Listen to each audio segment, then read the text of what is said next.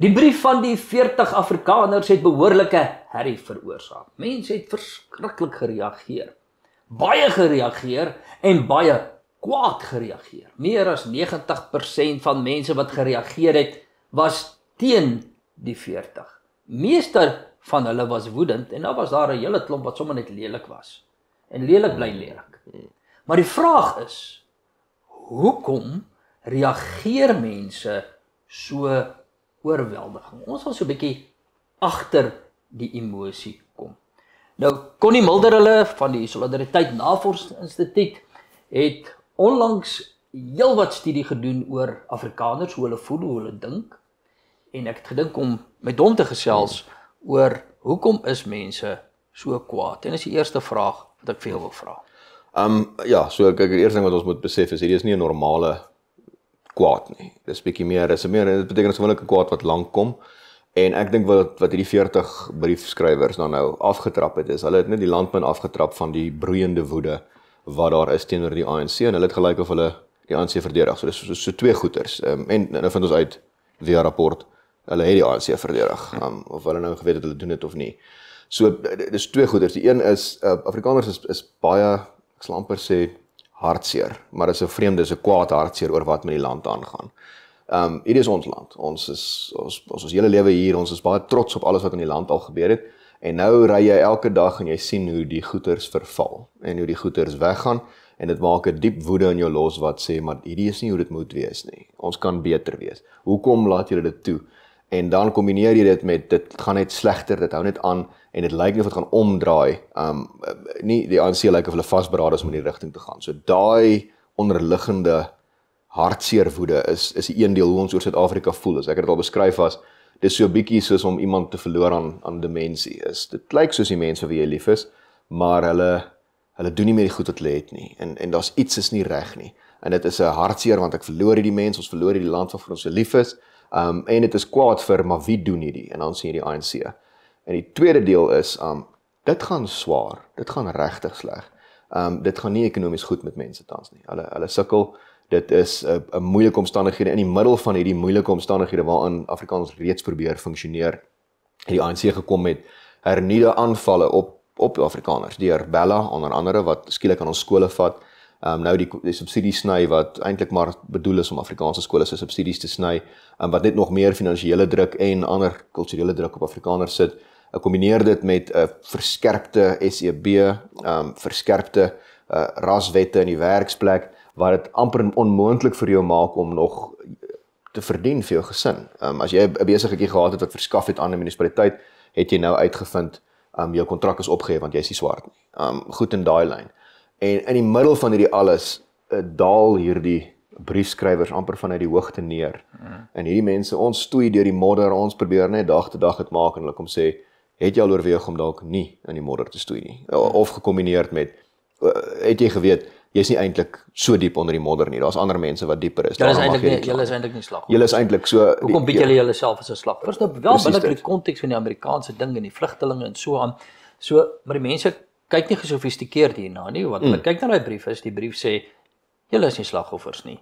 En dit is wat mense dan woedend maak. Ja, maar dit is is binne die konteks van die Amerikaanse ding, en ek dink as hulle gesê het, luister, ons skryf van die Amerikaanse regering, en ons skryf 'n Trumpie brief, dan sou dit teen 'n minder reaksie ontlok het. Maar toe noem hulle Solidariteit en Afriforum op die naam, en toe verander dit van 'n nasionale brief na 'n plaaslike brief. Jy val die Afrikaners aan. Jy val die Afrikaners aan, en jy sê vir hulle, julle is die slagoffers, nie kom oor dit. Ja. En nou is die ding, dis net nie waar nie.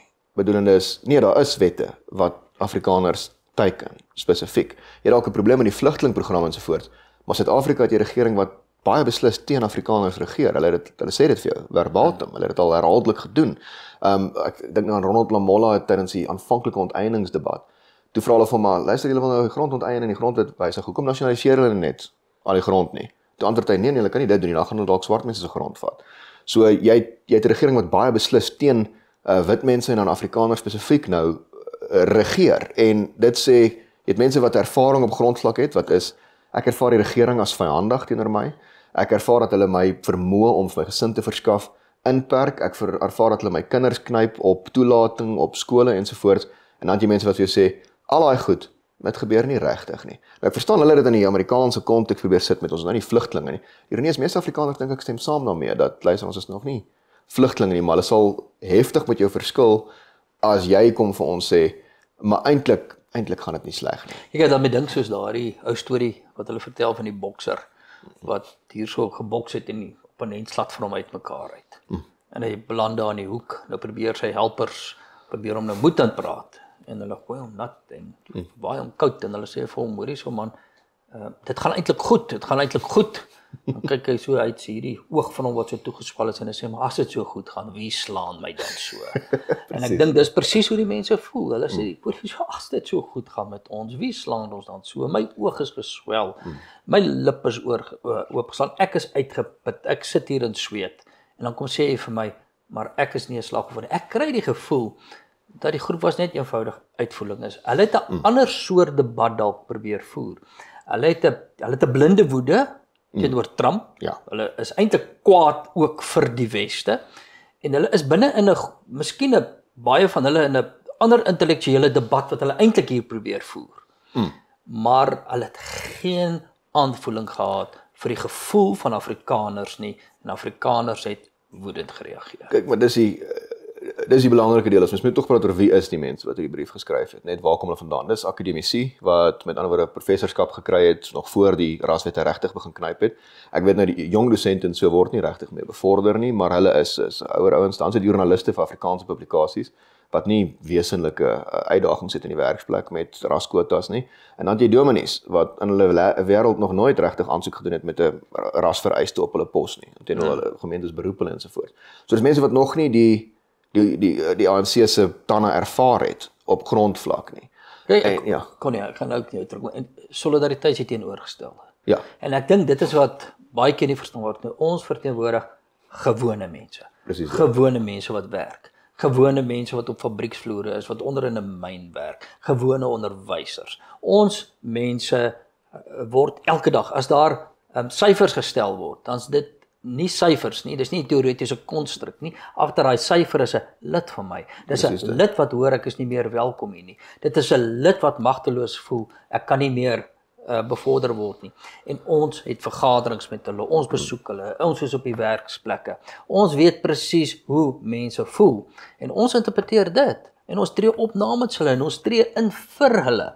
En hier is 'n groep wat eintlik op afstand is en vir hulle sê dat luister, kom oor dit. Basies net, het julle al probeer om minder om te gee hieroor. En dit is, en wat fascinerend is as hulle nie ingekom het uitdruklik as ons is Afrikaners nie, dan sou dit verbygegaan het gesê, ons is 'n groep besorgde Suid-Afrikaners. Ja. Maar hulle moes die politieke ding misbruik. Nou verstaan ons ook hoekom, as die staatsveiligheidsagentskap betrokke was.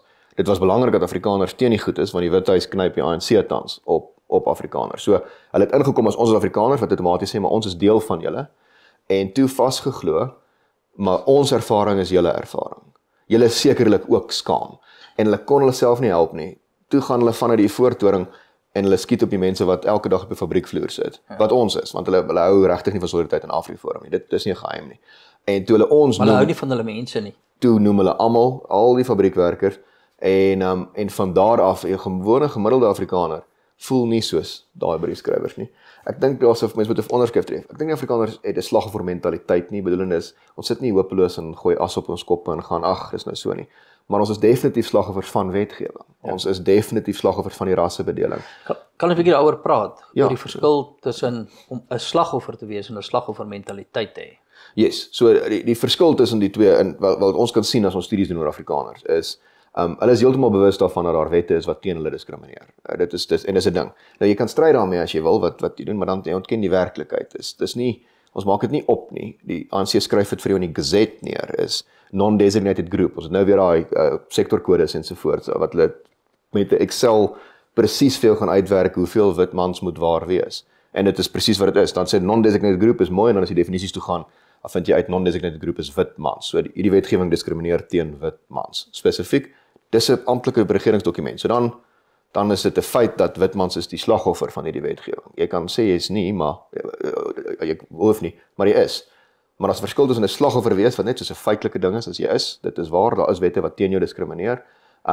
en slagoffermentaliteit te hê wat sê, jong, weet jy wat, ek kan niks doen hier, daar's wette wat teen my diskrimineer. En ons sal baie sê die eerste een is waar is, daar is diskriminasie, daar is hierdie goeders wat nie reg is nie. Maar ons gaan nie in sak en as gaan sit en gaan, weet jy wat, daar's niks wat ons kan doen nie aan, want die groot staat diskrimineer nou teen ons nie. Dit verander nie die feit die staat teen ons diskrimineer nie, slagoffermentaliteit is verlammend, en Afrikaners het dit glad nie. Ons antwoord op hierdie diskriminasie en onderdrukking is eintlik net, ons gaan bou, ons gaan self. En dan is dit die frustrasie, nee, want hier kom Afrikaners, en hulle sê, dat luister, ons is slagoffers, maar ons is nie slagoffer mentaliteit nie, ons sal self, en hulle werk hulle hard, en hulle kry nog steeds dinge reg, hulle bou dinge, ons bou 'n universiteit, ons bou 'n tegniese college, ons help met skole, mense werk hard in die werksplek, en dan is hulle nog steeds suksesvol, en dan sê die mense, ja, maar kyk also, julle is nie slagoffers nie, sien julle, want julle is nog steeds suksesvol. Nee, ons is slagoffers, ten spyte daarvan. Ten spyte daarvan, ons het nie 'n slagoffer mentaliteit nie. En omdat ons nie 'n slagoffer mentaliteit is nie, is ons suksesvol, dan sê hulle, kyk julle is nie slagoffers nie. Dit is nie wat gebeur nie. So, ek sien eintlik mense wat positief reageer en dinge doen. En wat vir my interessant is, Connie, is mense verreken die werklikheid van vandag. Hulle sê dat hier is die omgewing waarin ons nou is. Ons moet aan die ander kant die staat oplossings kry. Juis aan die ander kant die staat. Ons moet verantwoordelikheid vat as 'n gemeenskap.